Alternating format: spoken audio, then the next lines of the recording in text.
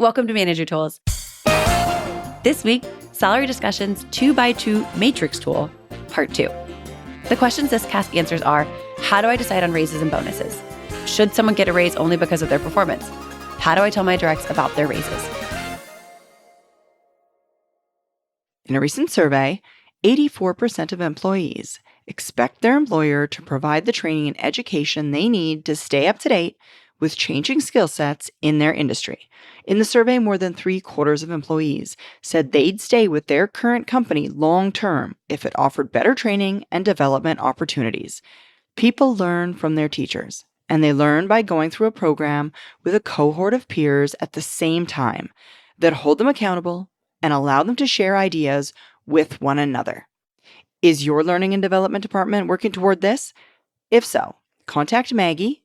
Her email address is maggie@manager-tools.com to learn how to bring our core effective manager, effective communicator, or effective hiring manager trainings on site to your organization. It's economical, and Manager Tools does all the setup needed to ensure you achieve employee success. A lot of us probably understood that corporate and individual performance distributors are driven by different parameters. Yes. It's also worth noting it's within the organization's best interest to separate those who exceed standards from those who meet standards. Yes. We know that. And some of us, I would suggest, I think a lot of Manager Tools listeners are top performers. I think top performers are the people who look for more, look for learning and those kinds of things. So some of us understand that from the perspective of our own work and our own performance. It's worth noting too for the people whom you manage. Yeah, it's exactly it.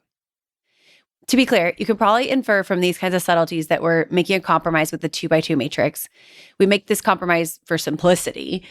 And some of you may choose to be more granular in your approach, and you can create a 3x2 matrix where you have 3 levels of individual performance. Did not meet, met, and exceeded. To get more granular, what you do is you create 3 rows versus 2 columns. So 3 rows of individual performance versus 2 columns of corporate performance. And in order to get those 3 rows, in the middle, you create a row that has met standards. So there would be 3 rows, and the top one would be exceeds, the middle one would be met, and the bottom one would be did not meet, and the columns would stay the same. And that's how you could do that, be more granular, adjust a little bit if you'd like to get into the weeds a little bit. Yeah. And some companies do that, right? Yeah. For the record, that is the case in some companies. But it's been our experience that the previous makes it easier for managers to bump it up a level. Yeah, bump everyone up. Yeah, bump everybody up a level. Exactly. Bump everyone up a level. Believe it or not, the fear managers feel for getting caught giving a substandard performer an exceeds rating is perhaps the best, if unappealing, reason to use the 2x2 versus 2x3 matrix. I worked recently with an organization. In fact, the reason we were asked to come in and work with said organization was one of the managers had been using Manager Tool stuff. And year over year, compared to peers within the organization, his rankings were below while his results were above all of his peers. Oh, man. And essentially, it was, we need to figure out what he's doing. How come your ratings are generally lower, like in what we would think of as an expected range? Sure. While your results are well above everyone else in the organization, and their performance measures seem to be higher than while receiving lesser results. It happens. This happens. And I would suggest the thing there was honesty. Yeah. Oh, yes. I mean, no one wants to be the bad guy. Right. And that person is doing an accurate assessment. Exactly. Yeah. Doing an accurate assessment versus everyone else inflating rankings. And it happens in organizations. But it's why they use a system with 5, right? 5 levels. Okay. And this whole process, side note, is made easier, though bureaucratically more difficult, in governmental systems that do not have targets and goals. Yeah. Okay. And we're aware that some governmental organizations do, and we're glad for it. Most don't. In the case of a governmental system or a system without targets and goals, you have a 1x2 matrix because there's then no discrimination by the organization in terms of whether or not it met its targets, having had none. Yeah, exactly. Begin with. And I can say from my experience, the influence of this type of thing creeps into organizations that interact heavily, governmentally contracted with the government. And if you're in a situation where a large part of the work that your company does has government contracts, just think through the implications there, which I'm sure you know for your own organization. I remember it not fondly. Okay, yeah. Okay. Fair. Good. Yeah. Okay, so now there's also a second permutation, by the way, Good point. that we've also seen and thought completely ludicrous. 3-dimensional matrix, 2x2x2, even 3x3x3 matrix, where company values were also added to the evaluation. Now, Cheese and rice. I know, I hope you're not a scientist because your head just exploded. It is dumb scientifically because those values would be far better captured, and virtually always are, in the composition of the performance judgment made by the manager. And it's dumb process-wide because the permutations make the compensation decision a form of 3-dimensional chess for the manager. Not to mention the fact that targets and performance things are metric-based and Yeah. values are not. So that, I mean, that's Completely just like its own subjective. similar large brain explosion. Objective, like all in the same measuring system. It doesn't work. Yeah, 4 of these boxes are numbers and the other 2 are colors. Colors. Yeah. No. Nuh-uh. No, thank you. So we're going to retain and we suggest you retain the 4-block 2x2 matrix. So our core thread, go back to that. What do the 4 blocks in the matrix say about how to both determine and communicate future compensation? Now that we understand all these process underpinnings, how do we apply the matrix in our compensation decisions and communications? Exactly. Starting with the decision and conversation framework. Exactly. Now, what we're going to do is we're going to take each of the 4 blocks or cells, right?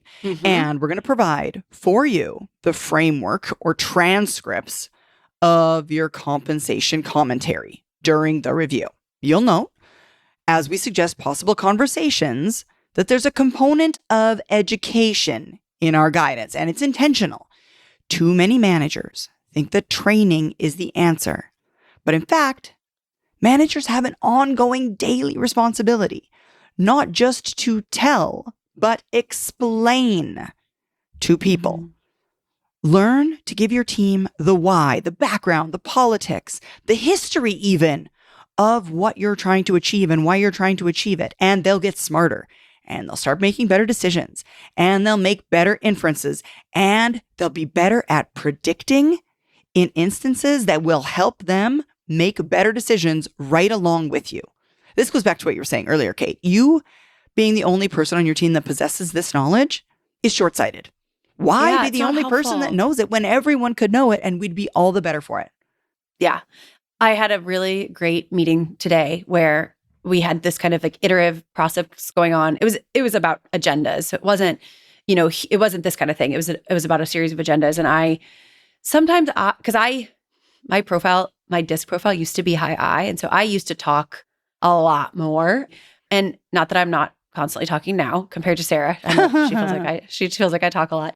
I'm a recovering high I. I used to talk Hi, more. my name is Kate. Yes. And I sometimes felt, because we have a lot of high Ds here, that I perceived other people as thinking that I was pontificating and that maybe I was sharing things that weren't useful. And we try really hard to keep our meetings on agenda. So sometimes, and all of us have our little cues that we say. There's somebody, one of our favorite people always says, and this is probably too much information. And then Yeah. you're in for it. This morning, though, I had a meeting and, Cassie suggested, what about this? And I said, well, the reason this is important here and not as important here is because, planning or communication or things like that. And so when I explained the rationale of the difference, why does it matter here at the start of the agenda and not here at the end of the agenda or vice versa? it ended our meeting. We ended up with a much better outcome because then she had changes that were based on that same premise, but she had like updated her thinking around why we need it to be a certain way. And it was just really, really helpful to have explained this is why it matters here and it matters differently here. And so now I know that I'm not the only person thinking of it in that way. And it's just really great to be able to share those things. And again, I've been doing it. I'm just pontificating. Okay. So we're going to cover each of the squares. It's counterclockwise, y'all. So just as a heads up there, right, Sarah? It's counterclockwise, isn't it? Because we're starting with B1. Yeah, it is. It's counterclockwise. So we're doing it counterclockwise and we're starting in the upper right corner. Yes. Yeah. Okay. So in case that helps y'all, because starting with B1 as opposed to A1 may be throwing people off, but we're going to do it this way for a reason. There's a method to this madness. We just want to, if you're going to think about it visually, maybe you're in the car and you don't have it drawn or you can't look at the show notes right now. So we'll start with block cell B1. Okay. And this is the cell, upper right hand, that the individual exceeds and the corporate meets. Yes. Which is the easiest one to have, right? That's the easiest conversation to have. That's why we're starting here. Yeah, folks, exactly. Why not start with the easiest decision and conversation that you as a manager are going to have? Your directors excelled in a year, and that in that same year, your corporation, your organization has also met or even exceeded its goals. The stars aligned, right? This is the one. This is those great years. Not only the direct's performance has been exceptional, but as has the company's. And this year, there's opportunity for raises, maybe even bonuses this year. Okay, maybe both. Maybe both. That would be lovely. So if we apply the bucket concept here, let's say with a 3% bucket, you might determine this direct is worthy of a 5 or even 6% raise. Now, remember that when you do that, this decision means someone else on your team will get less than 5%. And you have to assume that they know the bucket is 5%, meaning... Just assume there. Yeah, assume. Just assume that.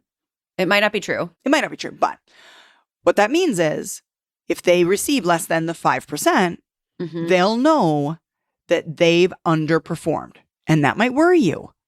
And it's worried many managers before you. To the point, again, where the central tendency here is the thinking and performance standards being inflated during the review session. Top performers get underpaid, and underperformers don't pay for their ineffectiveness. Everyone hates the system yet again, because no one's being rewarded to the degree which they've deserved the rewards. Yeah. And okay, here's a different way of thinking about giving the top performer more than the average bucket.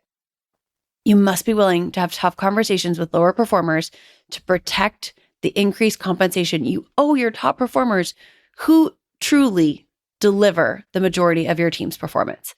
If you're not willing to reward your top performers differentially and/or you're not willing to tell below par performers they're not getting the raises they want due to their performance, you will never become an effective manager. Exactly. You could be a normal manager. Yeah. You could be a regular manager.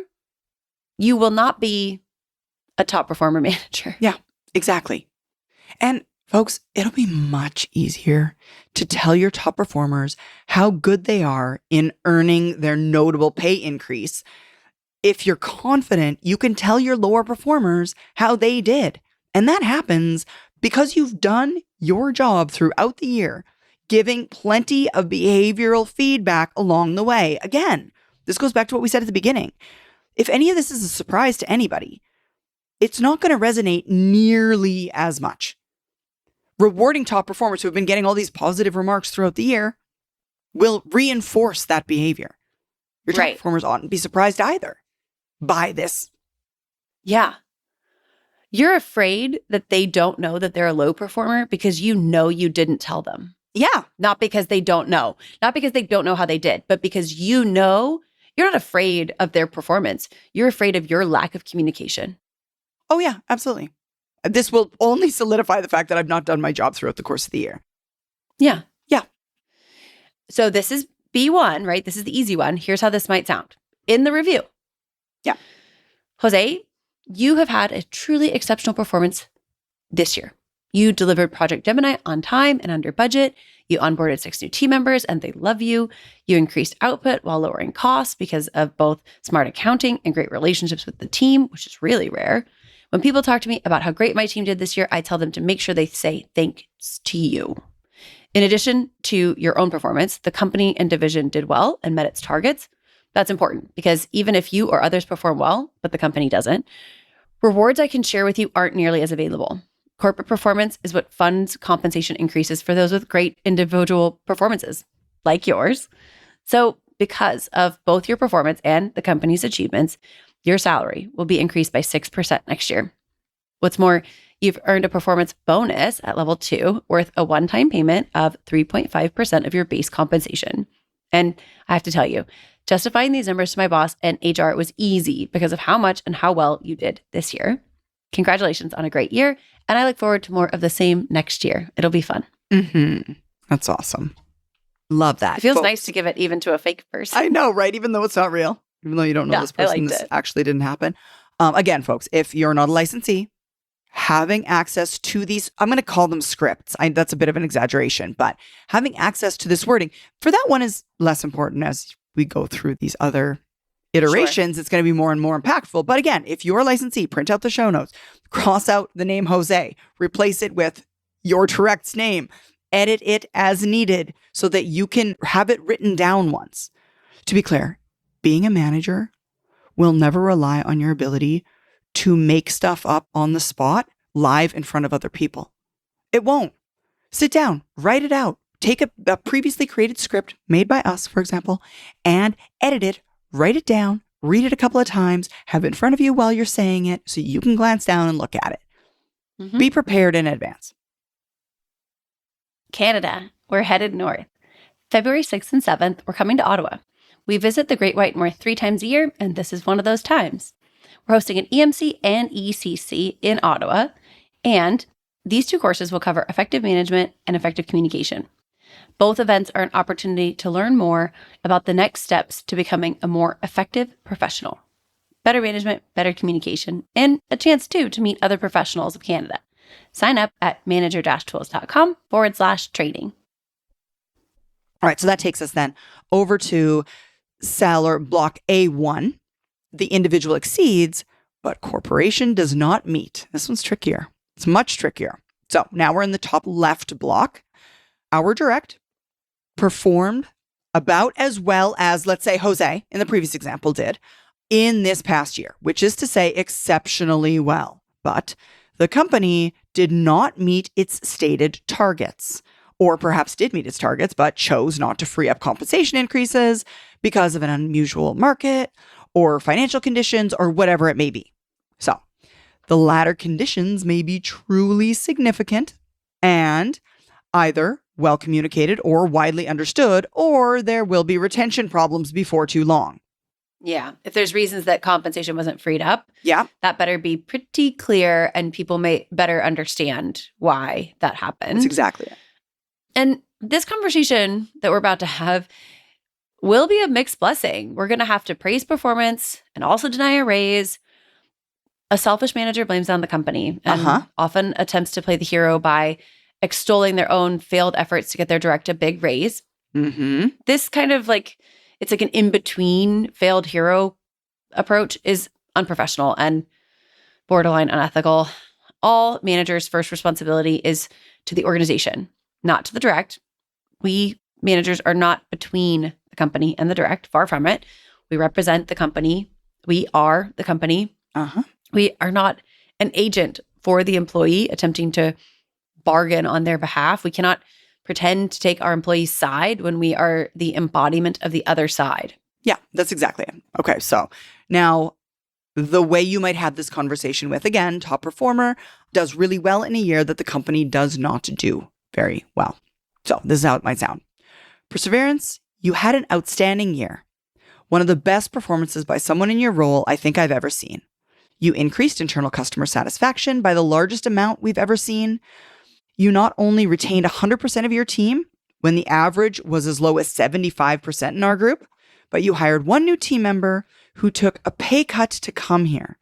And you were named a President's Circle performer, one of only 7 in the company from operations. And you did it all without your number 2, whose maternity leave had to be extended. Your team stepped up because you led them brilliantly. Thank you. It was a pleasure to serve you. Unfortunately, the company did not have a great year, as you know. Our target was 9% EBITDA improvement year over year, and we only improved by 1%. Nowhere close to what we needed to do to fund some of the investments that are planned to keep us competitive. And what that means, of course, is that we don't have the dollars to fund the kind of future compensation that you contributed to on your side of the ledger. It's a cruel reality that takes both individual and divisional or corporate performance to grow salaries. Since we didn't have both, you won't be getting a raise this year. It's not a stretch to guess that neither will anybody else. That said, we recognize your stellar performance, and you'll be getting a $5,000 one-time performance bonus. You'll see that in your next paycheck. I look forward to more of the same from you next year, coupled with a better compensation story, because everyone steps up. Now, B2, okay, block cell B2. So we said clockwise. In fact, we're kind of zigzagging. So we went from top right to top left. Now we're going to bottom right. Individual fails or meets and corporate meets. In the bottom right block, cell B2, we're now in the bottom row, row 2, meaning substandard individual performance. But because we're in the right column, the company overall met its targets. Mm-hmm. Sometimes in this situation, there's an overall corporate bonus given to everyone, though those are less common than they used to be. Thankfully, these are going away as companies appropriately decentralize some parts of future compensation decisions, though oversight appropriately remains. We've often seen it to be counterproductive that an underperformer gets some amount of bonus or, heaven forbid, a raise. When companies reward in this way underperformers, they should not be surprised if they get more underperformance. It's one leads to the other naturally. Mm-hmm. Yeah. We see this often in productivity and satisfaction numbers for government offices where there's no performance discrimination in compensation. So for this conversation, it might sound like this. Claire, I'm going to start by saying that the company had a great year. We achieved our goal of 9% year over year EBITDA growth, which was a pretty aggressive target. As you know, because I've probably said 100 times, overall company performance is the first part of compensation discussions. If the company doesn't do well, there isn't money to pay for increased future compensation for anyone. So it is good that the company did well. There's money for raises and bonuses available. The other part of compensation discussions comes from individual performance. You didn't perform well this year, Claire, so you won't be getting a raise or any discretionary bonus. You missed your 2 key project delivery dates. One of those was by 4 weeks on a 9-week project. Both of those projects were over budget, beyond the grace accounting. And you continue to not meet our agreed upon minimums for developments of your 3 directs. Of course, we talked about all these instances throughout the year, so this is no surprise. I know it's still tough to hear it again when salary is on the line at the end of the year. And it's probably especially tough this year since overall we did well enough to fund increases for many. I hope you can channel some of the frustration you're no doubt feeling into better performance next year. To that end, I'd like to go over next year's performance next week in an extended one-on-one. We can talk about what you can do better and differently to lead to the kind of review and compensation discussion we can both be pleased with next time. Mm-hmm. Exactly. All right. That takes us then to our last cell. It is cell or block A2. The individual fails to meet their standard, their target, and the corporation or the organization does not meet. And sometimes, unfortunately, all the stars align in the wrong direction. And this is one of those cases.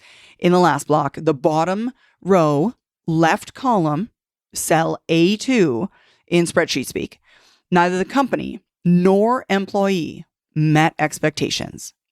The cynical way to think of this outcome is the employee didn't do well, but it doesn't matter because even if they did, there wouldn't be any money to pay for it anyway.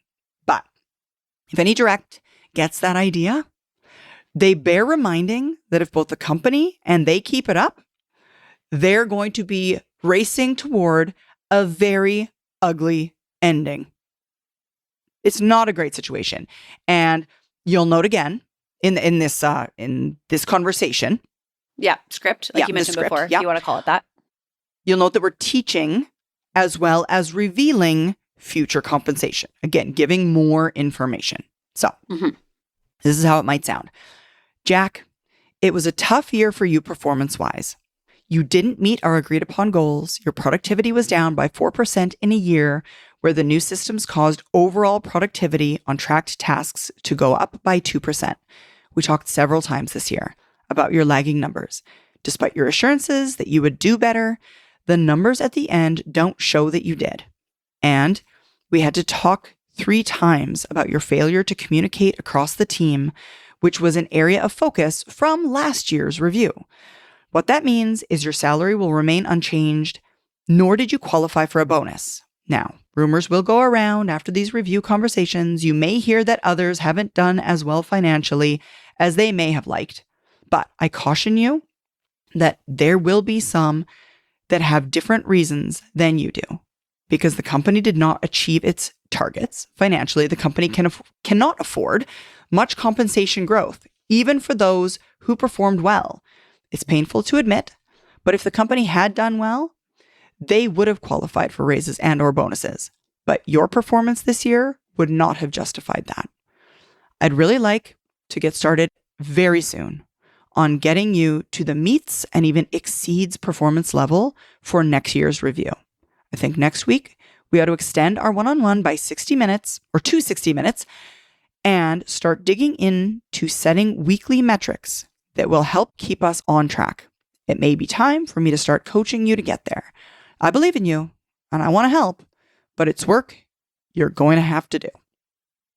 So that's how you use the salary discussions 2x2 matrix tool to simplify your thinking about reviews and compensation, to come to decisions about how to apportion your buckets, and also how to communicate your decision as a leader for the organization. Exactly, because that's what you are. Don't feel like this time of year, this review conversation puts you in the middle between two objectives. It doesn't. You are the voice of the organization to the people on your team. Behave the voice of the organization. Thoroughly review their performance as well as the organizational's performance over the course of the last year. Draw yourself your little 2x2 matrix and use the show notes and the scripts that Kate and I gave you today as at least a beginning for having those conversations, even when those conversations are at times tough. Absolutely. Thank you, Sarah. Thank you, Kate. That's it for this week, y'all. We'll see you back here next week for a new topic.